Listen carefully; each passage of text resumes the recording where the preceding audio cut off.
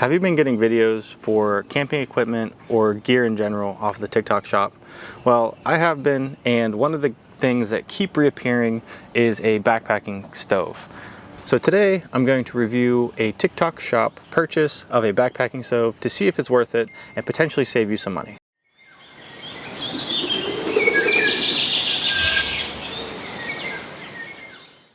I'm Mandarin Mitch, and this could potentially be the start of a series where I purchase gear from TikTok to take camping to maybe save you some money or maybe just show some great products for a cheap price. This stove in particular cost me $25 on the TikTok shop, which for a backpacking stove, if it works how it's supposed to, is an amazing deal.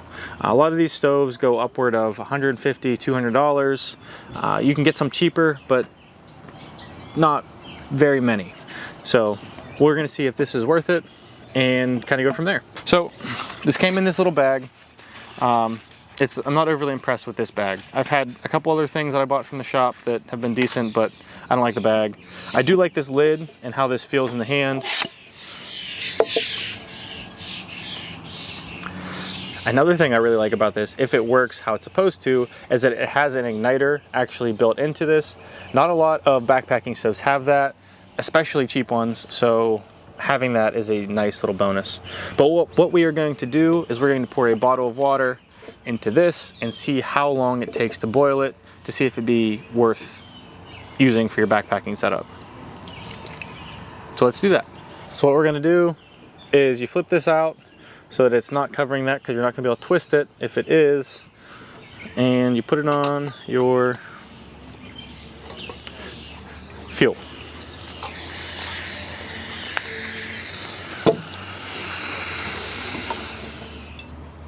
Ideally, you don't leave it turned on. All right, so once you're secured, that's pretty solid secured. Also, I use the big ones because I do a lot more car camping than backpacking, so big one. But before we put this on here, let's just turn this on and see how it looks.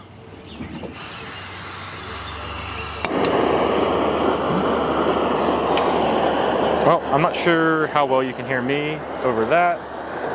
You can't really see the flame, but it's pretty hot. That's going to do what it needs to do.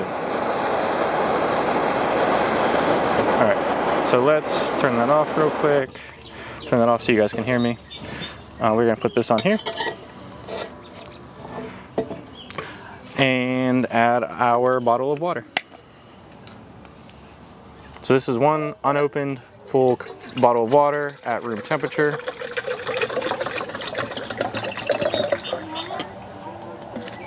I'm not normally a huge fan of plastic. I'm really trying to get away from it.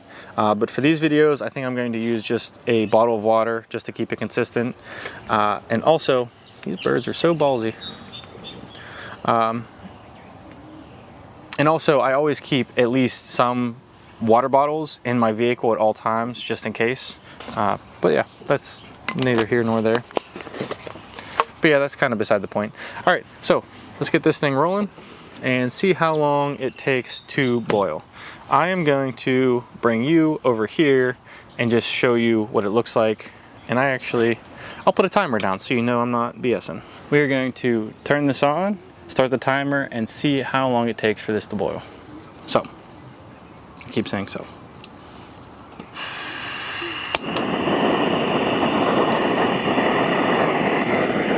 So it is on and on full blast. Let's see how long it takes.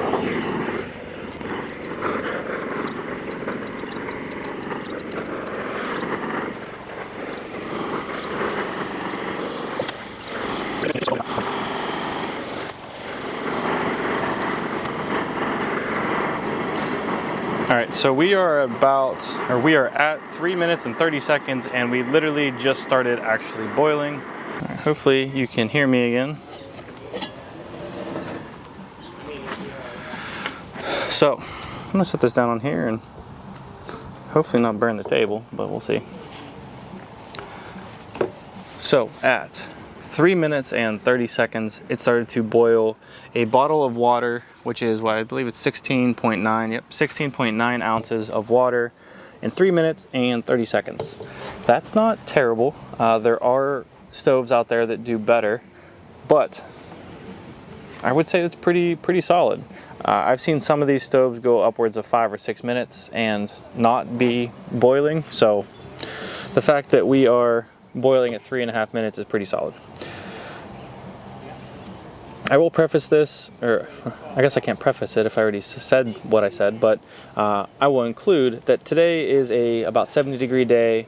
The water was outside temperature, had been just chilling, so it's not hot, it's not cold. Obviously that's going to affect how long it takes to boil and all that fun stuff, but still 3 minutes and 30 seconds and you could basically be eating if you threw some ramen in there or whatever. So let me gather my thoughts and we will talk about my final first impressions with the TikTok backpacking stove. Okay, so I thought about it and I think I'm gonna have to give this thing a buy. If you are gonna do some serious backpacking and you're going to be in a situation where if this fails, you are actually in trouble, I would not recommend this. I don't know that I trust it that much. Car camping, yes. Off-trail backpacking and that kind of stuff, I don't think so. I am basically coming to the conclusion that there are two different stoves you can compare this to, and that is stoves that are basically the exact same design and quality, and those are running around $50. So for this to come in at literally half that, I would give that a huge bonus. But then when you look at the very known, dependable brands like the MSR or the JetBoil, something similar to this is running around $170 to $200. So if you don't want to spend $200, you can literally spend, what, 10% of that on something like this that's going to boil water for you as quickly as you need it to and is not going to use a ton of your fuel. So for that reason, I would say this wins if you're not really depending on it. Again, I don't see anything that's poor quality with this. I just don't know that I trust it as much as the other brands. That's pretty much it. And that could just be a me thing. I'm not necessarily saying not, but if you buy one of these, you try it, you know, a couple nights, 5, 6 nights, and it works for everything you need, and you decide to take it on a trip, good. You saved 180 bucks. But I would use at your own risk if you're going to use it somewhere dangerous. One other thing I would like to note is this lid is really nice that it fits on there and off there pretty quick. I could potentially see how it could be a problem if this was really hot and this was on there. It might be a little hard to get off. A lot of other things have something you can just kind of pick up from the top, but as you can see, it kind of grips it pretty well, which could be good, could be bad depending on your situation, but just something where I think the heat might be something to consider, if nothing else. Basically what I'm saying is, if you're looking for something cheap to throw in your car for car camping, this is your purchase. If you're looking for something for legitimate backpacking and you're going to be in situations where you need it to work, maybe not go with something like this. It feels decent quality, but not quality enough where I would trust that way. And if you're in not ideal conditions, I could also question its ability to do its job. That was a lot of the same thoughts, but you get the point. And I hope you enjoyed this video. If there's other things you would like me to try out so you don't have to, I would love for you to drop a comment and let me know. I really enjoy testing gear, so you don't have to. And that's pretty much all I got for today. So if you found this helpful, I'd appreciate it if you hit that subscribe button. But if not, I still appreciate you. And until next time, peace.